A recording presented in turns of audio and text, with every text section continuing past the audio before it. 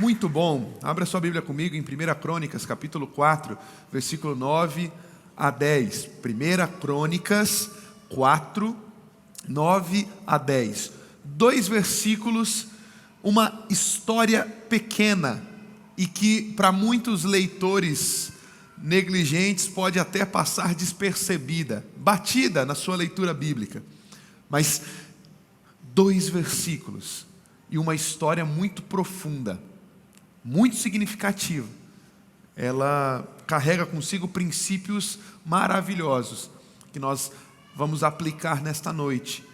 Hoje eu quero conversar sobre Jabez. Talvez você nunca ouviu falar sobre ele, ou talvez se ouviu falar muito pouco e não se atentou à beleza que é a história desse homem. Mas eu quero declarar que o mesmo favor, que a mesma graça que este homem alcançou, você pode alcançar nesta noite também. Pastor, que graça é essa? Que resposta é esta? Quem foi esse homem? Bom, veja o que o texto diz. Foi Jabez, o mais ilustre dos seus irmãos. Sua mãe chamou-lhe Jabez, dizendo, porque com dores o dei à luz. Jabez invocou o nome de Deus, o Deus de Israel, dizendo, tomara que me abençoes, que me alargue as fronteiras, e que seja comigo a tua mão, e me preserves do mal, de modo que não me sobrevenha aflição. E Deus lhe concedeu o que lhe tinha pedido. Diga assim bem forte comigo. E Deus lhe concedeu o que lhe tinha pedido. O que me chama a atenção logo de cara nessa história é o estado final. É a conclusão da vida deste camarada. A Bíblia diz que Jabez foi o mais ilustre de todos os seus irmãos. O mais importante, o mais honrado, o mais destacado. E a Bíblia ainda diz que Deus ouviu sua oração, de modo que lhe concedeu o que ele havia pedido. Agora, estas informações podem passar despercebidas para quem não observa o contexto. Tá bom, pastor? O que de mais, o que de interessante tem em um homem que foi ouvido por Deus e se tornou alguém destacado? Bom, a sua história. Mas pastor, tem 2 versículos. Conta para mim a história dele. De fato, a Bíblia não conta detalhes da sua história, mas algumas coisas ficam subentendidas nas entrelinhas do texto. Tudo começa no seu nome, Jabez. Jabez queria dizer aquele que causa dor. Sua mãe tem um parto em meio a dores muito profundas, e eu não sei por que ela decide usar da sua dor para nomear seu filho. Meu filho vai chamar Jabez. O que quer dizer Jabez? Aquele que causa dor. Para nós hoje, talvez, uma informação a mais. Hoje muitas pessoas escolhem o nome dos filhos porque é bonito, porque está na moda, porque é um nome que lhe agrada, e talvez você tinha um sonho desde a infância e adolescência, de um dia quando fosse mãe ou pai, dar um nome ao seu filho. Mas à época, na cultura judaica, era muito diferente a forma como que as pessoas nomeavam seus filhos. Acreditava-se que o nome determinado àquela criança afetaria diretamente o seu destino. E esta criança passaria na sua jornada a carregar o propósito da sua existência através do nome que ela recebeu. Para nós, na nossa cultura ocidental, isso não faz muito sentido, mas à época era muito forte. Você vai lembrar, por exemplo, de Noé. Quando Noé nasce, Deus fala com seu pai Lameque que Noé seria o responsável por dar um reset na terra. Lembra? A terra vivendo um período de muita maldade, a iniquidade se espalhando, Deus insatisfeito com a sua criação, e Deus fala, eu vou escolher alguém para trazer alívio sobre a terra está muito pesada. E Deus já colocando isso no coração do pai de Noé, o nome dele é Noé, Noa, que quer dizer o quê? Aquele que traz alívio. Olha só que forte isso. Vamos lá para Jacó, lembra do Jacó? O Jacó nasce, e ele nasce agarrado no calcanhar do seu irmão Esaú. Qual que é o nome que ele recebe? O suplantador, o enganador. E não é só um nome. Se você se lembra da história de Jacó, por muitos e muitos anos, ele tem que lidar com as dificuldades da vida por conta do teu nome. Ele tem que lidar com a dor de ser enganado, com a dor de muitas vezes enganar outras pessoas, até que o nome dele seja trocado para Israel, príncipe de Deus. Quantas coisas difíceis Jacó enfrentou na sua jornada, porque o seu nome falava sobre alguém que era um suplantador. Inclusive, penso eu, que até por ter o seu nome trocado, até por ver a importância de ter uma nova identidade, que ele tem uma experiência ainda mais forte e significativa. O Jacó, ele tem muitos filhos, mas da sua esposa amada, que era Raquel, ele tem 2 só. Um era José, e o segundo era o Benjamim. Só que quando Benjamim nasce, a Raquel, ela morre no parto. E foi tão difícil o parto que antes dela morrer, ela coloca em Benjamim, na verdade, o nome de Benoni. Ela fala, esse menino, ele vai chamar Benoni, é o filho da minha tristeza, o filho da minha angústia, porque ela viu que ela estava morrendo no parto. O Jacó, lembrando de tudo que ele passou, pressuponho eu, porque é muito automático.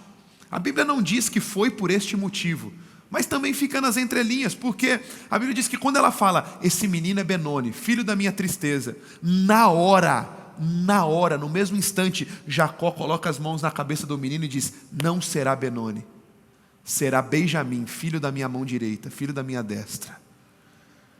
Por que ele fez isso? Pressuponho eu, porque ele sabia o poder que o nome carregava. Jacó viveu na pele, anos sendo marcado por ser um enganador, anos marcado por ser um suplantador, até que Deus muda o nome dele para Israel. Não, o meu filho não é filho da tristeza, o meu filho é filho da minha mão direita, é filho da minha destra, meu filho é uma bênção. Você consegue entender como que era a dinâmica da época? E aí agora eu olho para um Jabez, que recebe da sua mãe o nome de o filho que me causou dor, aquele que causa dor. Ele nasce já com um nome, com um peso desnecessário sobre os seus ombros, que nenhum garoto gostaria de carregar, que nenhuma pessoa gostaria de levar consigo. Onde ele passava, nos seus relacionamentos, talvez tudo que ele ouvia como voz de acusação é, você machuca as pessoas, você causa dor nos seus relacionamentos, você nunca será abençoado, você carrega maldição sobre si. Engraçado, que diante desse relato, diante do nome que recebeu, Jabez tinha tudo para ser alguém angustiado, alguém com remorsos da sua mãe, e então que por conta disso nutria um relacionamento superficial com Deus e poderia colocar no seu nome desculpas para o fracasso. Eu vejo pessoas com esta postura, pessoas com a seguinte perspectiva: como dizem por aí, eu sou fruto do ambiente em que nasci, eu sou fruto do ambiente em que fui gerado, fui formado e estou inserido. Logo, então penso eu que todos os fracassos da minha vida não têm a ver comigo, mas tem a ver com as circunstâncias, porque ninguém me dá oportunidade, ninguém me ama, ninguém gosta de mim, ninguém me ajuda, ninguém estende as mãos quando eu estou caído. Tem muita gente que culpa tudo e todos, todas as circunstâncias ao redor, mas não faz o que tem que ser feito. Pessoas que entram num estado de vitimismo constante e não conseguem romper, não conseguem avançar, porque sempre usam como muleta, como desculpas, o ambiente em que vive. Mas Jabez não foi assim não. Jabez, ele de forma alguma se vê paralisado por ter recebido um nome como esse. Ele quebra um ciclo de dor iniciado pela sua mãe. Ele clama, meu Deus, eu quero que o Senhor me abençoe. Eu quero ser uma bênção nessa terra. Eu não quero ser uma maldição. Que aprendizado poderoso. Ele podia ficar reclamando, lastimando pela vida toda e nada mudaria, mas ele resolve orar a Deus e tudo muda na sua jornada. Sabe, meus irmãos, Essa historinha de que você é fruto do meio em que vive, que você é fruto do meio em que viveu, é uma mentira do inferno sobre a tua vida, é uma mentira do inferno sobre a tua mente e coração. Deixa eu te dizer, não, você não é fruto do ambiente em que vive, você é chamado por Deus para frutificar no ambiente onde Ele te colocou. Pare de reclamar, porque eu nasci nesta família, eu nasci em um lugar sem oportunidades, a cidade onde eu estou não é uma cidade frutífera. A Bíblia diz em Atos capítulo 17, que Ele estabeleceu de antemão os tempos e os lugares exatos em que deveríamos habitar. Então, se você nasceu nessa família, se você está nessa cidade, e se você nasceu em um tempo como esse, Deus te projetou e Deus te colocou aqui e foi para dar certo. Então pare de murmurar, pare de reclamar, mude as tuas perspectivas e traga um coração grato por onde Deus te plantou, e saiba que você foi chamado para dar fruto e muito fruto e fruto que permaneça.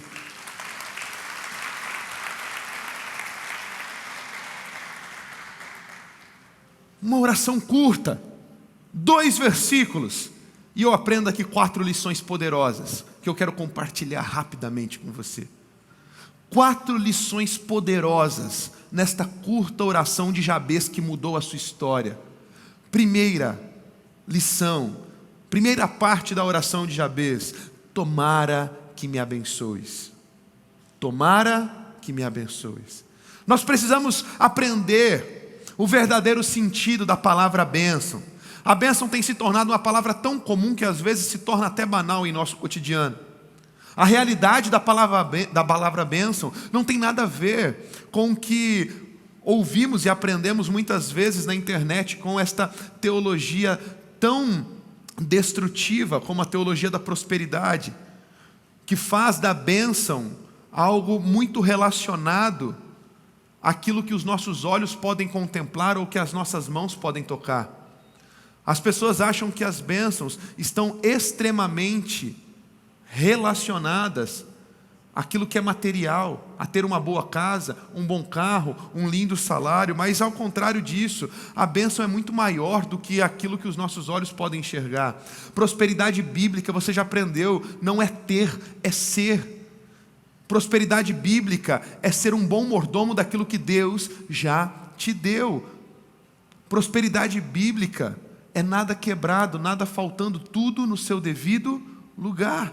Prosperidade bíblica é estar em descanso e saber que aquele que cuida de nós não descansa e não falha. Prosperidade bíblica é entender que com pouco podemos fazer muito.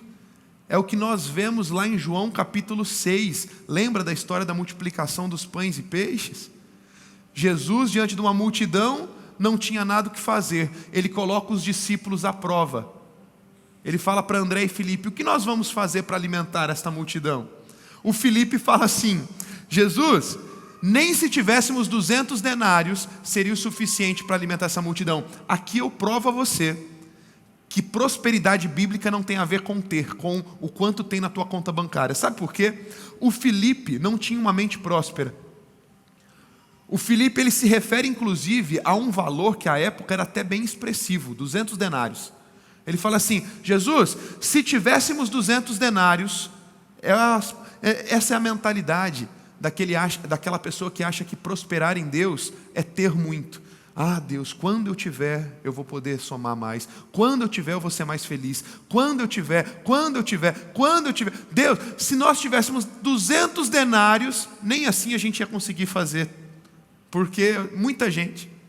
Isso prova que nem se ele tivesse o dinheiro que ele não tinha, ele ia ficar parado no mesmo lugar, porque ele achava insuficiente para realizar aquele grande milagre.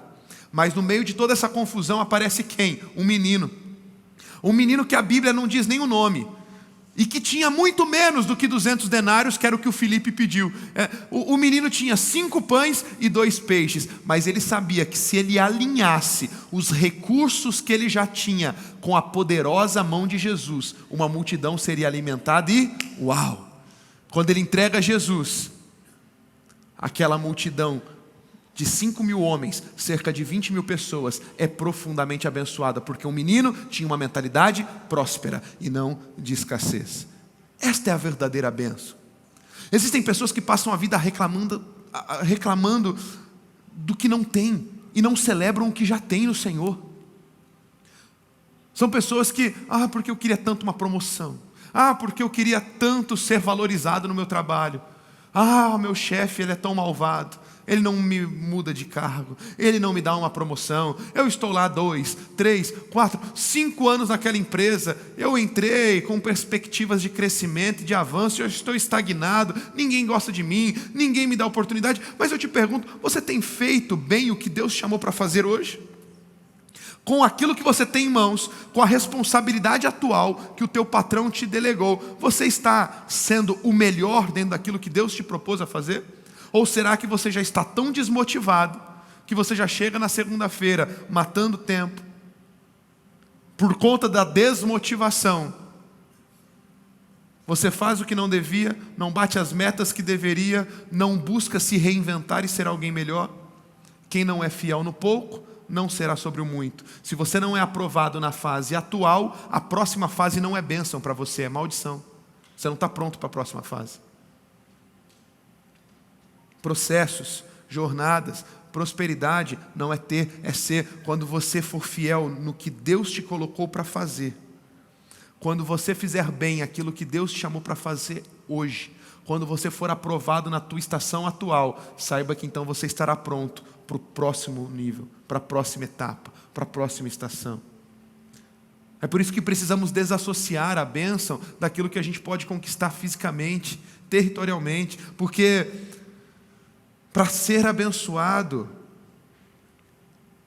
você precisa estar com o teu coração e estar conectado em Deus e ter o entendimento que ser abençoado por Deus vai muito além daquilo que os nossos olhos podem enxergar. Você pode ser abençoado por Deus nessa estação atual, mesmo sem ter tudo que você gostaria de ter hoje, entendendo que se tiver ou não aquilo que você almeja, Jesus continua sendo suficiente.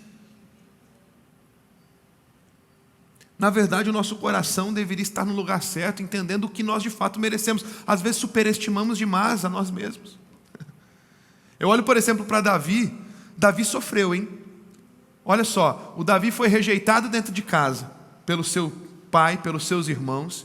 O Davi sofreu na mão de Saul, que era o seu líder da época, o seu rei. Foi perseguido, passou tanto perrengue na vida, quando finalmente chegou a hora dele mudar de estação, dele sair de apenas um coadjuvante, se tornar protagonista, sendo o rei de Israel.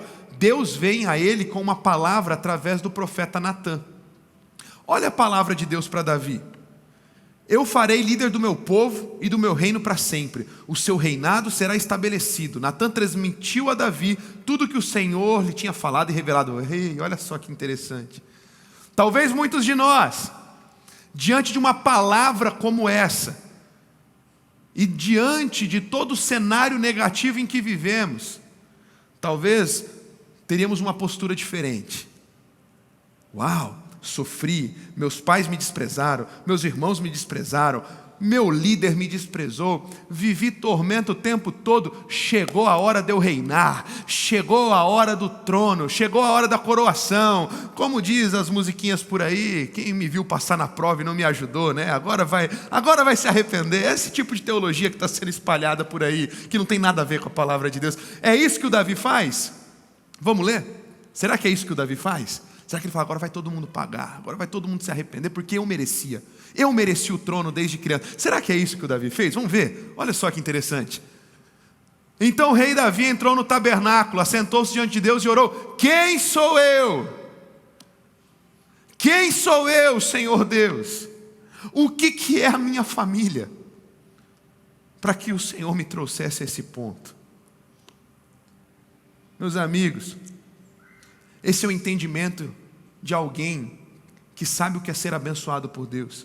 Ser abençoado por Deus se encontra já no simples fato de você entender qual que era a minha e a sua condição antes de Jesus. A minha e a sua condição antes de Jesus, sabe o que de fato nós merecíamos? Merecíamos a morte eterna e o inferno. Não está em alta falar sobre isso, não é legal para o nosso ego, mas esta é a verdade. Por conta do pecado que entrou no mundo lá em Adão, e se instaurou no DNA humano, e de geração em geração já nascemos no pecado, merecemos a morte eterna, porque o pecado separou o homem de Deus. E sem estarmos em conexão com Deus, o que nos restava é tormento. O que nos restava era a derrota. Pastor, como que pode falar que eu nasci em meio ao pecado? Olha para uma criança. Quem ensina uma criança de 1 ano a fazer birra? Quem ensina uma criança de 1 ano a ser egoísta? Nascemos no pecado. Nascemos com o coração tendencioso a fazer aquilo que desagrada ao Senhor. E por isso estávamos distantes. E por isso estávamos mortos nos nossos delitos e pecados. Mas a história tem um mais. Na plenitude dos tempos, Jesus Cristo, o Filho de Deus, veio nesta terra como homem, morreu por mim e por você, ressuscitou ao 3º dia vencendo a morte e nos levando então a um livre acesso com o Pai. Sim, merecíamos a morte, mas Ele escolheu nos dar a vida e agora nele temos redenção e perdão dos nossos pecados, e nele podemos ter uma viva esperança. Meu irmão, se isso para você não é ser abençoado, eu não sei te convencer mais do que é ser abençoado. Eu estava destinado, o que eu merecia era a morte, e hoje eu não tenho apenas uma vida, hoje eu tenho uma vida abundante que Jesus Cristo me deu. Esta é a verdadeira bênção que todo crente pode possuir. A partir desta bênção, todas as outras coisas são infinitamente menores, inferiores. Sim, Deus quer nos abençoar, Deus quer te dar uma promoção, sim, Deus quer que você viva bem, Deus quer que você desfrute, Deus quer que você cresça, tudo isso Ele vai acrescentar na tua vida, mas nunca tire Ele da sua supremacia, nunca tire a centralidade da tua vida do coração de Jesus, porque a maior bênção para nós é desfrutar do que Davi desfrutou, a gratidão e o entendimento que não éramos nada, mas Ele nos deu tudo. Ele nos deu tudo. Por isso que hoje você pode orar: ó Senhor, que o Senhor me abençoe. Ó Senhor, que o Senhor me abençoe. Segunda parte do pedido de Jabez: alargue-me as fronteiras. Alargue-me as fronteiras.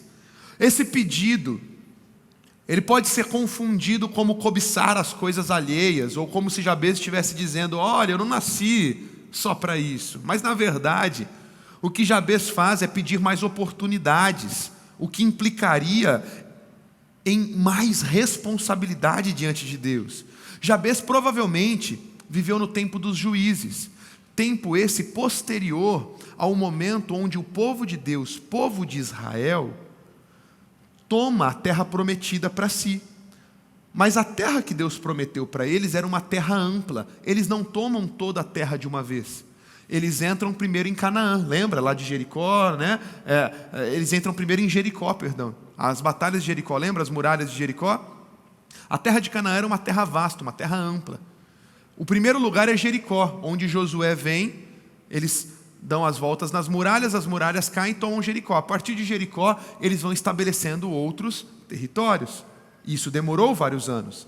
Agora, estamos no período dos juízes. E neste período dos juízes, ainda estes territórios estavam em consolidação, em expansão, em conquista. Quando Jabez diz: alargue-me as tendas, ele não está falando eu quero bênçãos e eu quero usufruir de algo rápido e fácil. Ele está pedindo trabalho, ele está pedindo mais responsabilidade.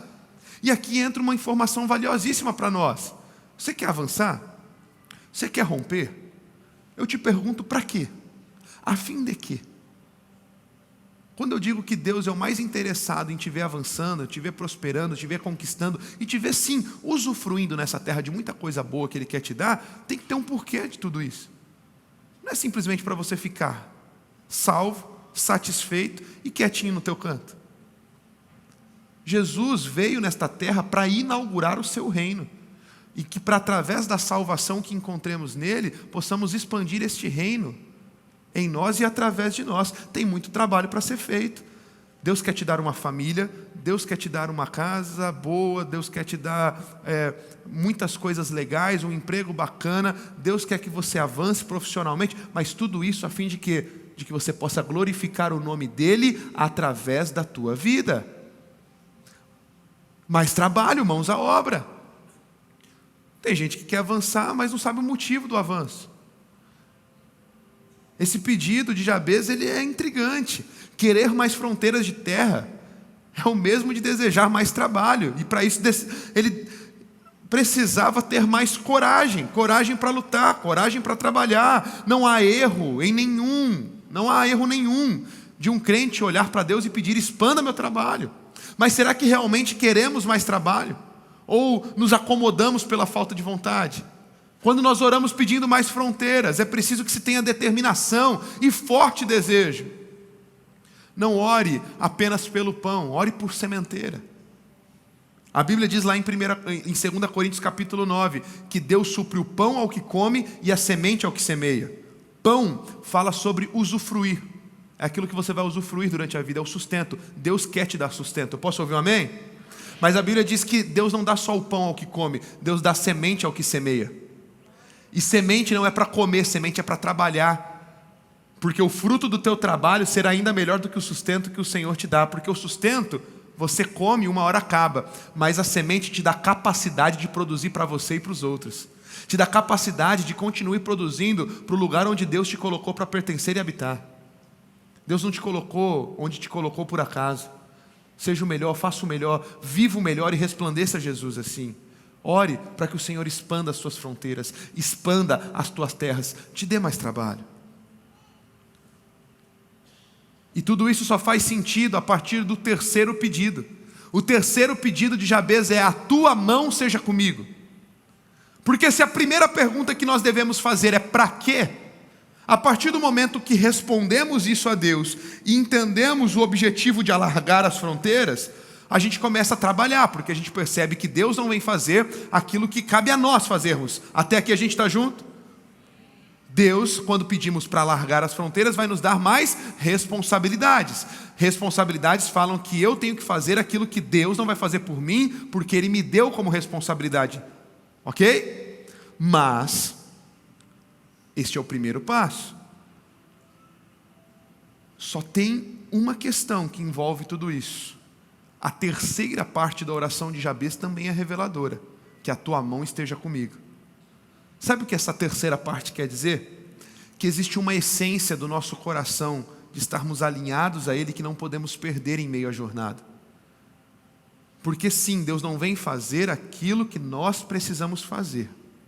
Mas se na nossa jornada de trabalho, se na nossa jornada dos processos, se na jornada da nossa vida, esquecermos que precisamos estar debaixo da poderosa mão de Deus e confiarmos demasiadamente nas forças dos nossos braços e na nossa capacidade humana e intelectual, nada mais fará sentido. E corremos o risco de perder tudo aquilo que estamos conquistando em Deus. É muito comum, na jornada de homens de Deus, vermos alguns desses esquecendo do Deus que os chamou. Vemos alguns desses esquecendo que não somos nada sem Ele. Deixa eu te dizer algo. Seria leviano da minha parte dizer que só acessa grandes coisas, que só conquista grandes coisas quem pertence a Deus e quem vive debaixo dos seus propósitos. Você vê muitas pessoas que não glorificam a Deus, que não vivem nada do que vivemos, acessando grandes patamares e conquistando grandes coisas. Mas deixa eu te dizer algo: o teu talento pode até abrir algumas portas, mas o que te faz manter os teus pés naquela sala que você abriu é o teu caráter aprovado e a mão de Deus te guiando e te fortalecendo. Tem muita gente que ao longo da jornada esquece de estar debaixo da poderosa mão de Deus. E aí é nesse momento que até as portas que você abriu e acessou são fechadas novamente, porque você se esqueceu que nada funciona se não estiver debaixo da poderosa mão de Deus. Jó lembrou disso. Jó faz uma oração linda. Ele diz: olha, que fosse do agrado de Deus esmagar-me, que soltasse a sua mão e acabasse comigo. Sabe o que Jó está dizendo? Se Deus soltar a minha mão, com certeza é o meu fim. Pedir a mão de Deus sobre nós é ficar debaixo da sua completa dependência. Que eu e você possamos dizer: Senhor, Estar debaixo da tua mão é inegociável para mim. Estar debaixo do teu conselho é inegociável para mim. Que o Senhor me abençoe, que o Senhor alargue as minhas tendas, mas que eu nunca me esqueça que estar debaixo da tua mão é o meu lugar. Que estar no centro do teu coração é o meu lugar. Que estar guardado pelo Senhor é o meu lugar. Que estar no centro da tua vontade é o meu lugar. E a última parte da oração de Jabez é maravilhosa. Livre-me do mal. Me livres do mal. O último pedido do Jabez é muito parecido com o último pedido de Jesus. Quantos caíram quando pareciam fortes? Davi caiu quando estava sendo ganha a batalha de Aminon. Sansão caiu quando os filisteus estavam amedrontados e sentindo-se derrotados. Há duas coisas que devemos temer: a tentação e o mal. Como 2 Pedro 2,9 diz assim: sabe o Senhor livrar da tentação os piedosos. Meus amigos, sabe, diante de tantos escândalos, diante da queda de tantos homens de Deus, mulheres de Deus, como que você se comporta? Quando você vê tantas tragédias acontecendo, qual que é o teu sentimento? Você é do time dos canceladores? Você é do time dos que julgam? Você é do time dos que apontam? Você é do time daqueles que já não gostavam do que a pessoa falava e ainda comemoram suas quedas? Quando vemos pessoas que avançaram, abençoadas por Deus, expandiram suas fronteiras, pessoas que estavam debaixo da mão de Deus e de repente saíram e caíram, a nossa reação deveria ser uma humilhação debaixo da poderosa mão de Deus e dizer: Deus, tem misericórdia de mim, porque se eu não vigiar e se eu não estiver debaixo da tua poderosa mão, eu sou o próximo. Nesses tempos de tantos escândalos, nesse tempo de tantas coisas acontecendo, eu tenho orado isso. Eu aprendi a orar desta forma: Senhor, me capacite, me ajude, me livre do mal. Me livre do mal, porque não há ninguém tão forte e em tão alta estima, em tão alta posição que não possa ver tudo ruindo, porque saiu debaixo da poderosa mão de Deus. Resultado desta simples oração? Uma simples oração, 4 passos: me abençoe, alargue minhas fronteiras, que a tua mão esteja sobre mim e me livres do mal. Resultado? Deus lhe concedeu o que tinha pedido. O resultado da oração de Jabez já foi visto no princípio, mas aqui se acrescenta aquilo que é o ápice da história. Deus concedeu para ele o que ele tinha pedido. E posso dizer algo para você aqui nesta noite, meu irmão: o que Deus concedeu para Jabez, Ele pode conceder para você, porque 1 João 5, 14 e 15, olha só o que diz este texto poderoso: esta é a confiança que temos nele, que se pedirmos alguma coisa, segundo a sua vontade, Ele nos ouve. E se sabemos que nos ouve em tudo que pedimos, sabemos que alcançamos as petições que lhe fizemos. Ergue sua mão o mais alto que você puder, o mais alto que você puder, e diga assim: Senhor Jesus, eu peço que me abençoes, que alargue as minhas tendas, que a sua mão esteja sobre mim, e que o Senhor me livre do mal, em nome de Jesus. Amém. Fique em pé no seu lugar. Fique em pé no seu lugar. Eu quero orar por você. Nós temos 5 minutos. Será que há alguém aqui que deseja externar esta oração? Será que há alguém aqui que deseja, diante do altar do Senhor, dizer: Senhor, essa oração é para mim. Vem aqui, eu quero orar por você.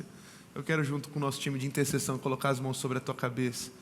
Eu quero, junto com o meu time de intercessão aqui, com todos os meus amigos, a minha família da fé, a sua família da fé, eu quero poder te abraçar aqui e declarar que o Senhor te abençoe, que o Senhor aumente suas tendas, que o Senhor esteja com a sua mão poderosa sobre a tua vida e que o Senhor te livre do mal. Nós vamos te ungir agora, nós vamos declarar a bênção sobre a tua casa. O Senhor está mudando a tua história nesta noite. Senhor está escrevendo novos tempos, novas etapas.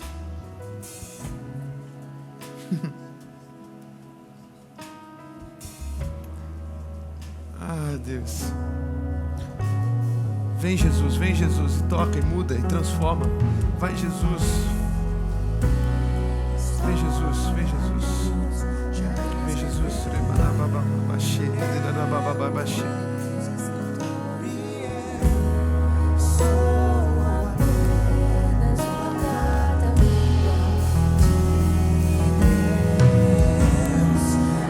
Muda histórias, Jesus. Muda histórias, Jesus. Muda destinos. Muda identidades. Muda nomes. Nomes que estavam fadados ao fracasso. Nomes que carregavam um peso de uma identidade vazia, de uma identidade de morte, de dor. Não mais filhos da dor, não mais filhos da tristeza. Filhos abençoados, filhos cheios do Espírito Santo. Filhos com destino, filhos com direção, filhos com propósitos. Abençoe os teus filhos.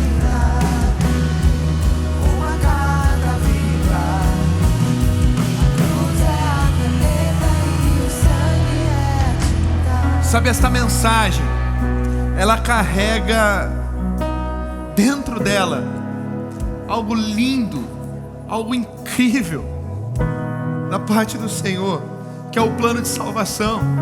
Não éramos nada, não merecíamos nada, mas Ele nos deu tudo. Para que tudo isso faça sentido, você precisa dar o primeiro passo. Eu estou conversando com você que está aqui pela primeira vez em nosso meio. Eu estou conversando com você que talvez está há alguns meses aqui frequentando esta casa, mas nunca tomou uma decisão concreta de seguir Jesus, de obedecer Jesus e de andar com a sua família da fé. Nós que não éramos nada, recebemos tudo através da cruz.